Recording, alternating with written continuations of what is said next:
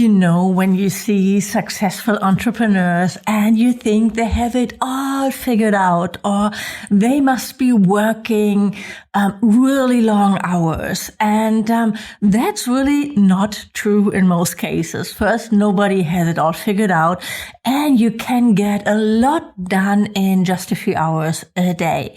This is what I'm talking about today with my guest, Ashley Hagen. Ashley is an online yoga teacher and business coach. So she's went from teaching 15 plus yoga classes per week and struggling as a studio owner through the pandemic to growing a thriving business 100% online. With a background in marketing and graphic design, she now combines her skills with her passion to help yoga teachers navigate the world of online yoga teaching and business building.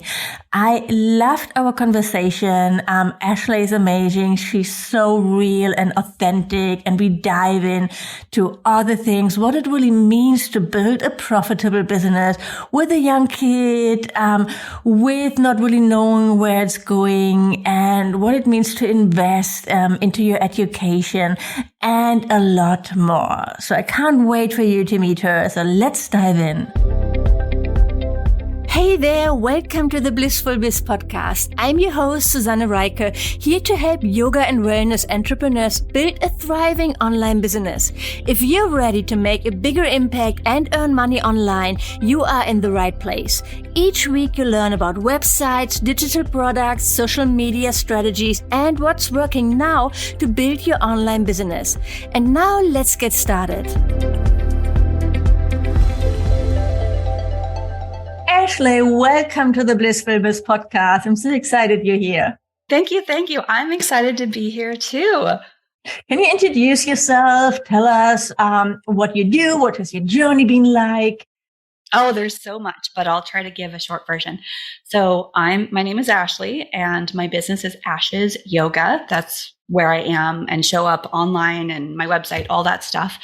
And I currently, after a long journey, I help yoga teachers with the confidence and skills and mindset shifts to build a business from home or really anywhere in the world, whether that's wanting to teach in-person classes and show up and advertise online, or actually to make income online in different revenue sources, because it's tough to make a full-time living if that's a goal, teaching class after class after class. There's a limit to that. And so I want to encourage yoga teachers and anyone in the health and wellness space that to, I guess, diversify their income but still in a very authentic and happy and positive way. And I did, and just previously, a little bit of the story is I started teaching yoga in 2011. So over 10 years ago, I took my teacher training. And I've had this goal of becoming a full-time yoga teacher. Right away after training, 23 years old, I said, I'm going to do this full-time. So a couple weeks after training, not recommended, but I quit my full-time graphic design job and I went full-time yoga teaching without any really employment. I said, I'm going to do this. Looking back, not the best idea. I had no plan really, but I started teaching full-time yoga. I thought, like my dream or my thought was, as a full-time yoga teacher, like you saw on Instagram in the past, like traveling and beaches and handstands and beauty everywhere. It was not like that. I taught 15 to 20 classes a week in different gyms and studios. And in my 20s, I'm like, sure, I've got the energy for that. It was tiring and not sustainable. So it was actually pre-pandemic, 2015, when I set a goal of wanting to create online courses. And that's I think so early. Yeah. I think that's so we started at the same time. It's so interesting. Mm-hmm. And I think I actually found you and your website or your Facebook group at the time in 2016 or 17, because I was looking for ideas for myself for yoga and marketing, or yoga and graphic design, or how could I combine my skills that I had as professionally as a graphic designer with also my passion for teaching yoga. How could I bring them together? So I was looking for people who did that too. And I saw you and your blogs and talking about websites, and it's all experience I had too, but I hadn't built up, I don't think, quite the same that you did. But it was still very inspiring. I think it was one of the first Facebook groups I joined. Yeah, back then, Facebook groups were still like, I mean, they're still working. I closed it, so it's not really active anymore. I found it draining, and I was going to ask about that because I have a large Facebook group and I get questions now. I see a lot of yoga teachers actually who have had big Facebook groups, either closing it or limiting it or making it admin only posts. And I'm curious as to the reason, because I have a large Facebook group. It's got like 45,000 people right now. And I just don't know about it. I mean, it's great. It's a great resource, but it's a lot of repeat questions, a lot of the same thing. And it's not necessarily actively growing my business. It's growing the group, but I'm not sure how much it really is benefiting me and with the amount of work and effort that it takes to moderate it. Yeah, I felt that engagement was so down. Like when I posted something that was a little bit more promotional, really nobody saw it. And I also felt it didn't really serve the members so much, because they thought, it served those people who are looking to get everything for free, and they didn't really get results from. They maybe thought they would get results, but they didn't. And then I was about simplifying my business and really focusing on less offers. Right now, I'm like, okay, should I create new offers? I'm like, now I have that thought process. But you know how it is. We're always like pivoting, always evolving. It's like you never have that perfect strategy where it's lined out for the next 5 years what you're going to do, and then you're going to stay with it. So, and then the thought of, so I thought, okay, if I'm going to make it so that engagement is up. So do I really want to show up like weekly, do a live stream in that group every single week? And it didn't feel good in my gut. You know what I mean? It didn't feel good. It felt like, ooh, no. And now we show up on Instagram and everywhere. So it's like, no, I'm going to focus on another platform. And that's why I archived it. And then sometimes I keep thinking, should I do it again? But now actually when I'm talking about it, I'm like, no, I don't want to open it again. No, I agree. And I know Facebook groups, Instagram, there's a difference between those things. And like you have a blog and a podcast, which is evergreen or lives on longer. People can search it. And that's where I find, for me, it's YouTube, where I find most of the people that end up working with me are still finding a video I posted 7.5 years ago. That's how most people find me, as a video from 7.5 years ago. And I continue to make videos, whereas for YouTube, posting to Instagram or the Facebook group, it just gets pushed down so fast, and they're fighting so much for your attention on that constantly that it leads, I think it leads oftentimes to burnout and needing that digital detox break and feeling like, what's even the point? But when you're making something that lives on, that can be searched, you have this library. You no longer need to continue to post the same thing over and over and over. So, I mean, a recommendation I've always given for myself and others is create weekly content on a platform that lives forever or a lot longer. Yes, I love that. I'm always teaching that as well. And I just promised myself I'm going to start a YouTube channel. I want to do weekly YouTube videos. So I'm not going to give you time, but I promised myself I do that because I so strongly believe in the power of video. And I know that I didn't want to do video for the longest time when I started in my business. I was really so reluctant to show up, and I really had all those fears about visibility and doing videos, and it stopped me, right? So it really hindered my growth. And now I don't really I started doing reels just a few months ago because I realized, I don't really have a choice. If I still want to use Instagram, I think if you want to use Instagram, if you want to post something on Instagram, you have to do video content. Otherwise, just don't bother. What's your take on that? Oh, yes, actually, for sure. And what I found with different platforms, and over the years, since it's been a few years now, I've actually never been afraid to show up on video. So I started in 2011 pre-yoga on YouTube, and I wanted to be a vlogger. So little old me being, 22, just out of college, starting to post just random videos.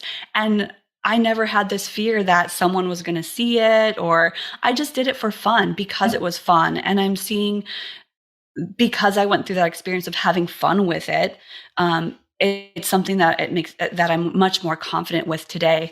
And back then, video wasn't as important as today, but a lot of people I find are seeing the others who have gone through the trials and errors of it, and they're showing up confidently. And you might think, well, I could never do that, or I'm not like that, or it's scary.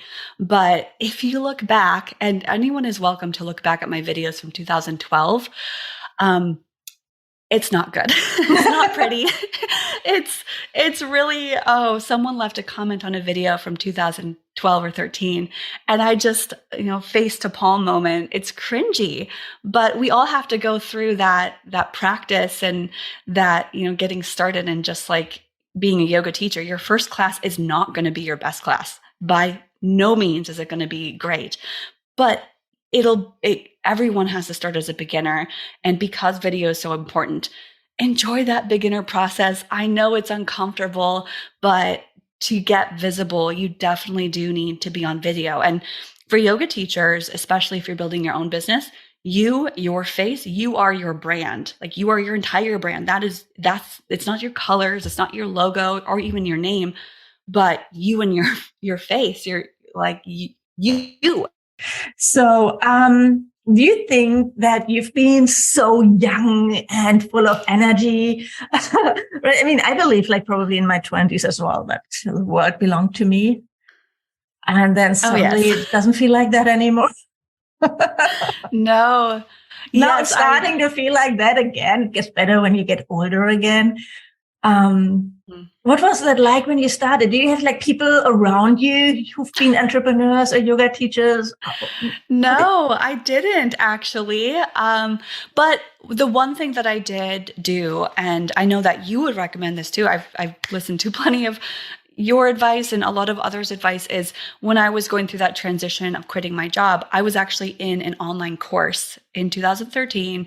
I took an online course on goal setting and priorities, and it really motivated and helped me. And that course was at the time very expensive. For me, it was $1,000.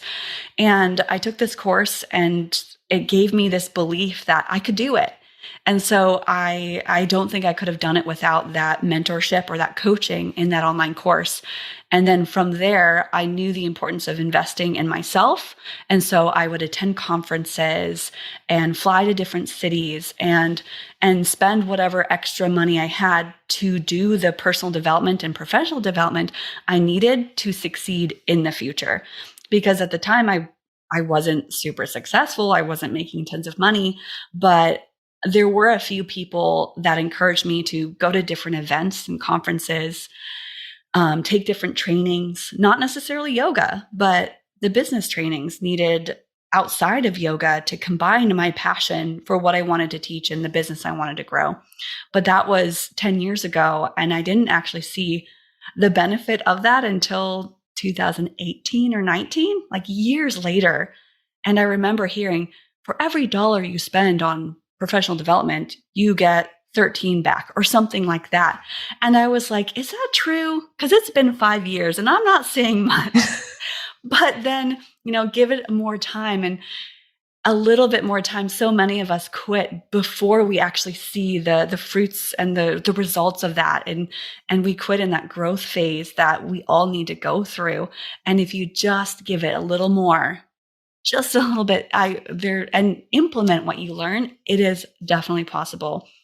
It was really, though, the pandemic that catapulted what I was doing. So I wanted to teach online forever, since my training. My first experience with yoga was from a DVD system. So I did yoga on video in 2010, 11, 12, and I loved it. I would pop the DVD in, do my yoga practice every morning. And in my mind, I said, I want to be that. I want to be my teacher one day. I want to do that for people. I didn't know what live streaming was. I thought I'd make DVDs. So, but, had there been groups or, what we have now back then, that's what I wished for. I just knew I wanted that so bad. And so I just continued practicing to my DVDs and dreaming and hoping someday that I would also make courses. I love that. So you're still teaching, or is it now that you're really solely focused on business? And if you do, when did that change? Well, I moved across the country in 2018. I had a baby, and that was a big shift. So in that time, that's when I really started to show up on YouTube and online, because I didn't have a studio. I didn't have anywhere, but I was so used to teaching 15 or more classes a week.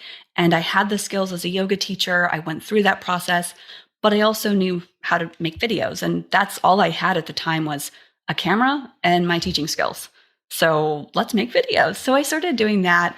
And a year later, I randomly actually bought a yoga studio. So someone was closing their studio, a place that I had loved and cherished. I worked one class a week there, a local studio. And she said, "Hey, you want to buy it?" When was that? That was in 2019? That was 2019. Ooh, 19. That timing. 5 months.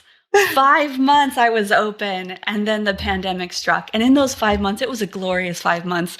We were growing. I was rebuilding the place. It was so much fun, and I absolutely loved it. And so 2019, I actually set my goals of online business aside, and I said, I'm going to go all in on this studio because it's very similar. Running an in-person studio, all the skills I learned about online business and video and marketing. Oh, so I bought a yoga studio, and I set my online business and online yoga teaching dreams aside because I was a mom, I was a studio owner, I only had so much time.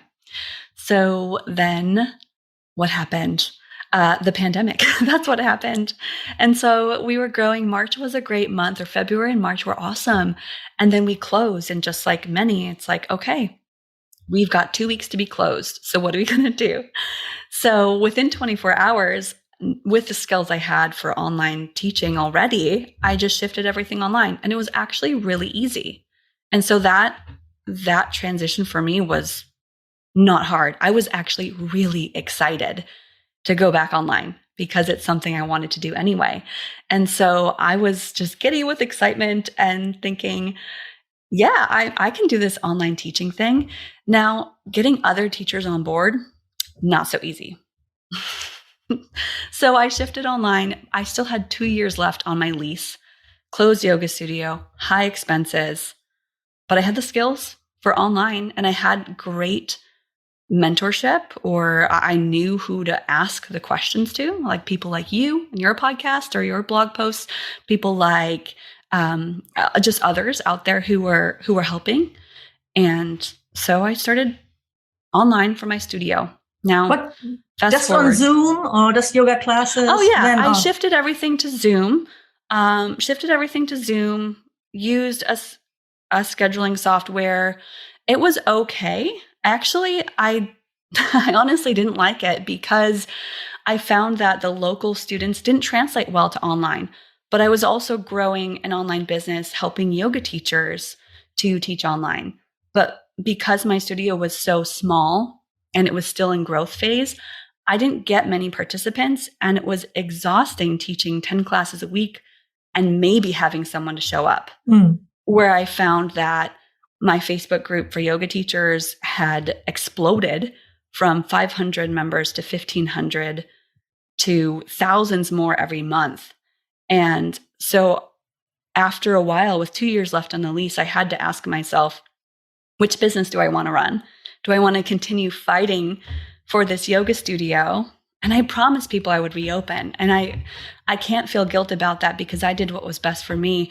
I promised we would reopen because I was, applying for grants. I was doing everything that I could. I was making money online to pay for the rent. And I was also living on my own with a 1-year-old. So it was very expensive. And I did everything I could. And when it got down to the end of the lease in 2021, I made the decision just to close or end the lease because my online business was doing so much better. And had I been in a different part of my life where I don't have kids, or maybe they're older and I'm older, or they're out of the house, yeah, I would have reopened my studio, but having a toddler and trying to be present for him while also running a studio on my own with no help was really, really hard. So for my son and for my sanity, I decided just to let the lease expire. And I was really kind of happy about it. It felt like a weight off my shoulders, and I could go all in with my online business. So what does that look like for you right now? What do your days look like? Ooh, my days are wonderful. I absolutely love the way that each of my days is structured. Now, currently, just for fun, actually, I teach a Zoom class every morning at 6 a.m. my time. Oh my God, every morning? Yeah, every morning. Well, 5 days a week. So every weekday and 5 days a week. And I've been doing this for 2.5 years.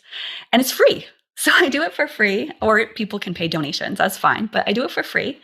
Every day I wake up at 5:30 weekdays and I teach the 6 a.m. class. Someone asked today, well, why would 5 days a week seems like so much? But in comparison to when I was teaching 10 to 15 classes online at the beginning of the pandemic, it's actually scaled back. So it's very easy for me. It's become a habit. And the reason I teach this class, and I've talked about this in other places, is I do it for me. And unlike typical advice where you tell yoga teachers, you're teaching a class for the students and you have to do it for them and it's their practice. This class that I lead is entirely for me. I do all the movements and the meditation with the students. I'm just inviting my friends with me on my journey. And I end up getting a bunch of people to join. And actually it's one of my Instagram reels blew up once with 2.2 million views. And I ended up with a class of 123 registrants. Oh my God. And I'm like, really? So that's really, it's helpful in growing my email list. That's for sure. I think maybe half of them actually attended. But I mean, I get a regular group of 16 to 20 people each day. And it's amazing. So that's how I start my day. And I do that, again, completely for me. It's similar practice day to day, 30 quick minutes. And the reason I do 6 a.m. is because I have a young child that will wake up an hour later. And it was the only time I had before. So I used every single pocket of my day to work when I was able to. When my son was smaller, he wasn't in daycare. So I had nap time, early mornings, and late at nights. And that's what I did. And so 6 a.m. was my Zoom class. And I've taken time off. I took a summer off once. I've taken a couple weeks off. I will take a couple months off in January and February. I'm going to have another baby. So I'm going to take some time off. Thank you. Yes. So I'm taking a few months off then. And what I found is that's so refreshing to take time off. But that's how my day starts every day. From there, it's, mom life until my son goes to daycare. And prior to him going to daycare last year, it was just a lot more mom life and a lot less time for work. But I knew by him going into daycare or just getting some help, I was able to help a lot more people and also do the work that I love more consistently. So how do you prioritize? Because then you have really limited time. So how do you prioritize? Because you've built a really successful business. So yeah, how did you get there? The priority. So I read a book and listened to a couple of podcasts in the past. And one of the things that I learned early on, especially my son was really little, this was early pandemic, and I would get so frustrated because I never had time and I didn't have help at the time either. And so my family doesn't live nearby. And every time my son would be napping, I'd end up cleaning or doing something else. And I listened to someone and some advice who told me that, like, you have to use those hours for full focus tasks. And I started to make a list of what's a full focus task? What can I do that I can't do with a baby that's awake? And that's creating videos. The big thing is creating videos and creating and doing things that I just absolutely cannot do. So I ended up using his nap time, so 2 to 3 hours a day, only doing things I couldn't do with him awake. And that didn't even include working out or my yoga practice. I can do that with a baby around. So my workouts were when he was awake. I wouldn't work out first thing in the morning anymore. I would get on Zoom and teach a class, or I'd do things that I could only do if he was sleeping or not around. So once I shifted that, once I started using those micro hours, those little times, those little pockets of the day only for 100% full focus tasks, my productivity just exploded. And it was something I struggled with in the past. So he would take a nap and I'd think, oh, I could do the dishes. I could do the laundry. And once I shifted that, I'm like, no, dishes and laundry, wait until he's awake because I could carry him. He could help me. I mean, not really, but that's one of the things that really shifted for me is I didn't have a lot of time. So I needed to maximize the time that I had. So again, 6 a.m. to 7, 2 to 3 hours during the day. And then there were days that I would be working until midnight to create online courses.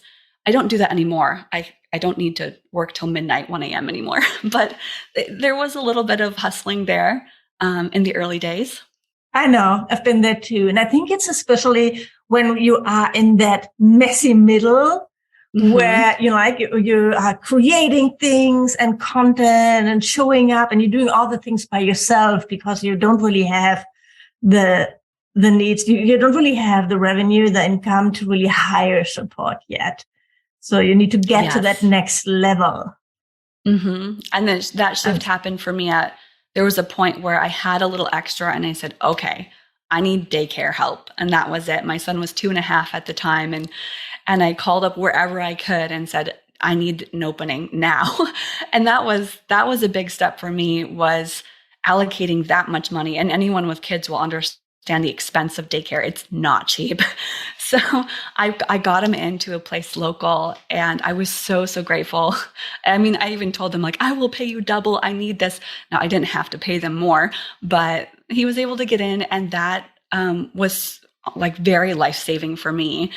And whereas in the past, it was a lot of, oh, I've got free time. I have to be working. And so there was a little shift too there later on when he was in daycare. I had more time. So I constantly felt like I needed to be working for the full 8 to 9 hours he was there. But the truth was I could actually scale back and have my life back. I could go for a walk and not feel guilty, but it took a little time to retransition back to feeling like I could have some free time. I know that feeling so much. When I started out, I was living in Bali and I always felt like when I was working too much, I was feeling bad because I should enjoy Bali. I should do this. I should go to the beach. I should hang out with friends.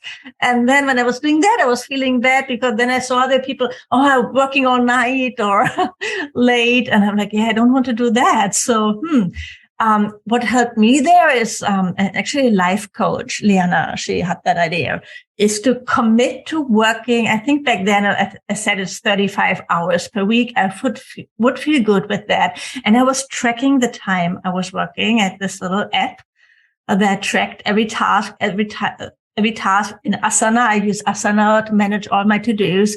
And so I clicked the button, start now, click the button when I was finished, which is a super, really, really, really, really very hard thing to stay consistent with that. It's a great mindfulness practice.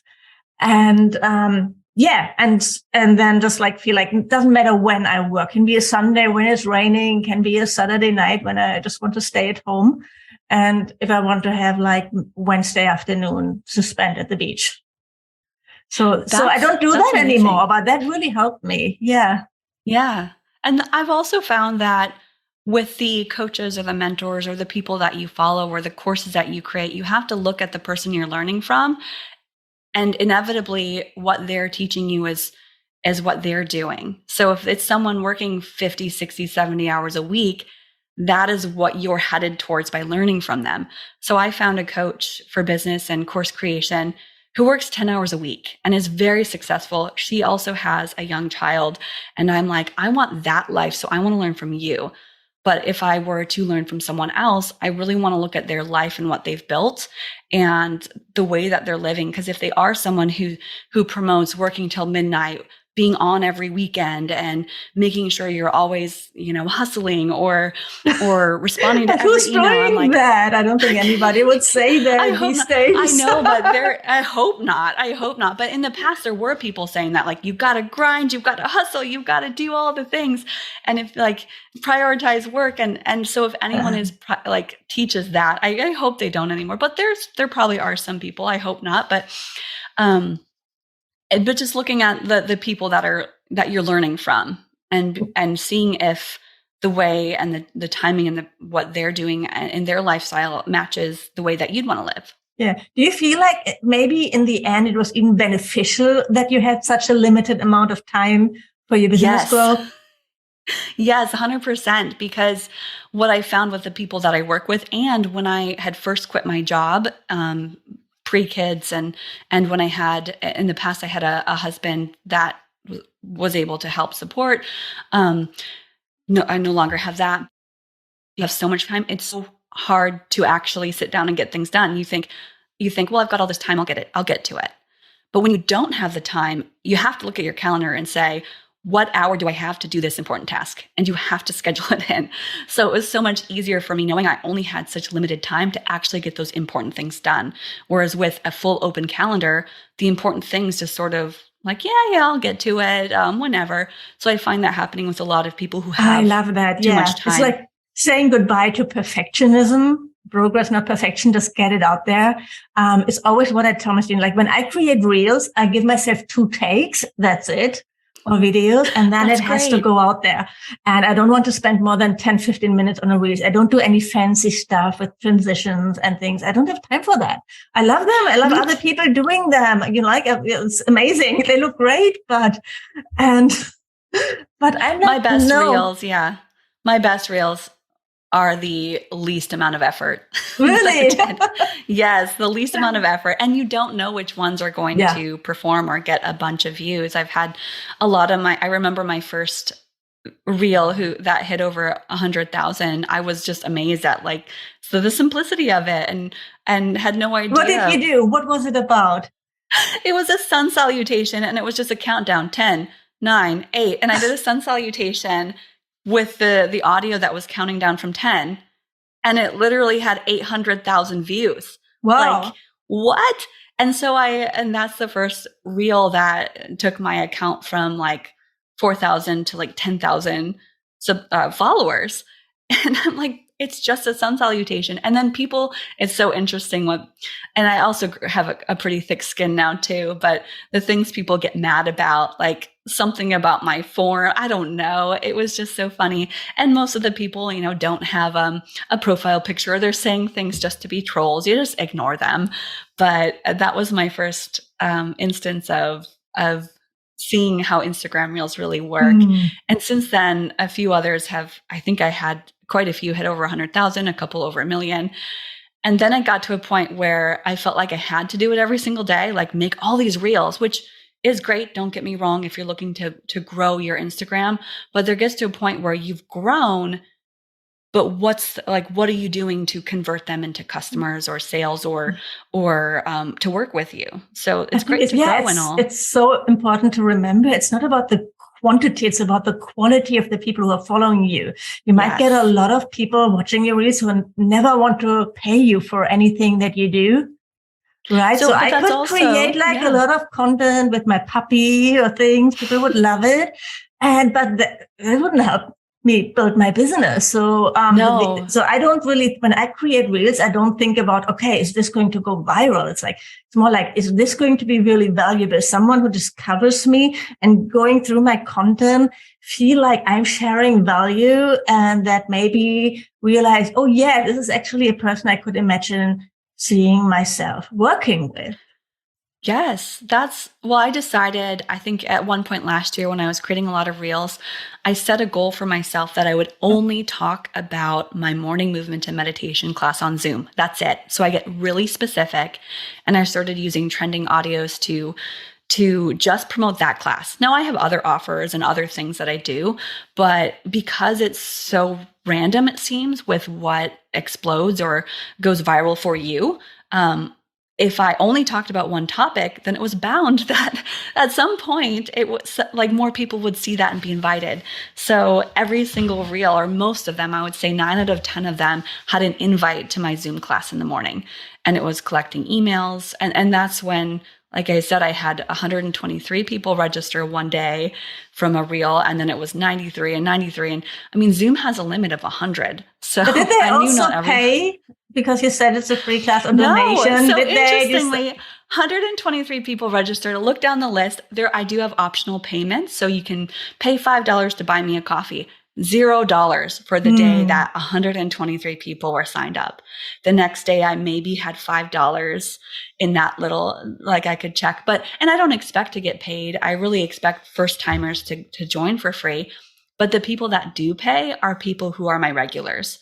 I wouldn't agree with that. Is this a strategy? Would you recommend that? I mean, you had like different objectives, like you said already, that you do this class for yourself. For myself, yes. I'd recommend it if you do it for yourself. So but I have still, don't you feel that you're devaluing yoga, or you're taking something away from your students because they are not as committed as they would be when they would pay for it? Oh, no, not at all. Because most of the people that do join end up paying me. So the people that are dedicated do pay. The reason that I have optional payments now is because people were sending me gift cards in the mail. They were writing me checks and mailing them to my home address. And I saw people wanting to pay. So in that way, and I want to make it accessible to, anyone who wants to try it out. And I do have the option to pay. So if someone wants the replays, they have to pay for them. If they want more of, I do have a membership. If they want to join, it's low price, but it's really just the intro gateway to the business. So then afterwards, I have other programs that I'm able to upsell. And I hope one day to actually create a training for yoga teachers on how to do this morning movement class that I do, because it's been so beneficial to people. And the responses I get back is just, that is payment enough. The people and their testimonials and how much they say that this class has helped them is enough for me to feel so fulfilled. And I've got someone who joins every day, 10:30 p.m. in Japan, who joins and says how much of an impact it's making on her and her family. And a lot of people struggling with aging parents is a big, for some reason, my audience who's attracted to this class is they have a lot of struggles with family or with physical disabilities. And I have someone who I stand up most of the time during the class, and someone who has ALS and is just supine the whole time and just does his stretches while I'm leading the standing series. And he's like, it's the best thing ever. So, but I love that you share that this is like the start and that you have other offers, because that's what I always say. When you compare yourself to other yoga teachers, you see this person having this, like, I don't know, low price membership or app, you just see like the tip of the iceberg of their business. Yes. Right? So this is not the only offer that you put out there. Shouldn't be a free class where you ask people to pay that by donation. This is just, very tip. So this is what people see introductory. And then there's more beyond that. So I do have courses that are thousands of dollars. I have courses that are in the hundreds and other things that are available. And I did a recent video was, 6 ways to make money from your free classes. And there's also the option for affiliate income or income from, even just leading the class. I can say in my introduction, hey, everyone, I'm taking on 2 new private students this month. Reach out to me if you want one of those spots. So there's so much room for invitations for the next thing. And if you don't have that next thing yet, make sure you at least think about what that's going to be before starting something for free or low price. Like, have that next step in your mind, thinking, okay, in a couple months, I'm going to open up for 10 private students, or I'm going to create this course or 6-week series or something else. So there definitely has to be the next thing that you're not seeing on the front end, but the people that get invited to the free or low price, they're then getting invited to the next. And you're collecting the email addresses, right? Yes, I think I have, of course. So I still have them. I think I still have about 1,500 people who have joined in the past couple of years or more. I don't know. It's a lot. So even if they, yeah. And I love that you have really that background as a studio owner, as a yoga teacher to influence your teaching. And when you work with yoga teachers, I think your clients or students, they're really, really lucky to have you. Yes, the studio ownership, I feel like that does add some credibility. I'm just sad that I couldn't have done more, but I also then know the side of the studio owner, and I can promise you that studio owners are not making a lot of money. They're struggling more than anyone else. So I see it from both sides, and some teachers will say things like, the studio owner makes so much money off of me. And I'm like, no, they don't. They really don't. It is so, so hard. And I get to see it from a lot of different perspectives. From an online yoga teacher, I was teaching an in-person class at a local studio. I've paused that for a while now, but my goal has really been to make it so that I can teach yoga in person a couple times a week if I want to, as what it started as in the beginning, as a side thing that I'm not doing it necessarily for me, but the business that I have makes the money and generates that income so that I can. Okay. Yeah, sorry, you've been frozen. Frozen. Yes, okay. You've been frozen again. So we had like a few, I think we just have to let it go because I don't really know. Okay, that's okay. We can let that one go. Yeah, we just let that go. Yes, piece those Sorry, people. Sorry, people. That's okay. So thanks for sharing so much about your background and your story. I think it's really inspiring for a lot of people, especially all those young moms out there. And so where can people go to learn more about you? Definitely. People can go to ashesyoga.com or really anywhere on the internet at Ashes Yoga. So ASHES Yoga, Instagram, Facebook, YouTube. Searching my name works too, but ashesyoga.com will bring you to a little bit more information, my schedule, all those things. Thank you so much. And we also add the link to the show notes, of course. Yeah. Wonderful. So people start teaching online. Start offering free classes, start building your offers. Yes, build up those online offers to add more to your business. There's so much more that you can do as a yoga teacher, whether it's from home, traveling, or, building up to the life that you want to live with more freedom, more time. You don't have to be working, 40 to 50 or more hours a week. There's definitely possibilities out there. Yes, definitely. Thank you so much for being here, for taking the time. Yeah, thank you for your time as well. Thank you for listening to this episode of the Blissful Biz podcast. If you like the show, please leave a review on iTunes. This would mean the world to me. And of course, don't forget to subscribe to the podcast to never miss a new episode. To learn more about how to work with me one-on-one, my courses and membership, or to get instant access to freebies, workshops, and more, go to susannereiker.com right now. Thanks for tuning in and see you next time.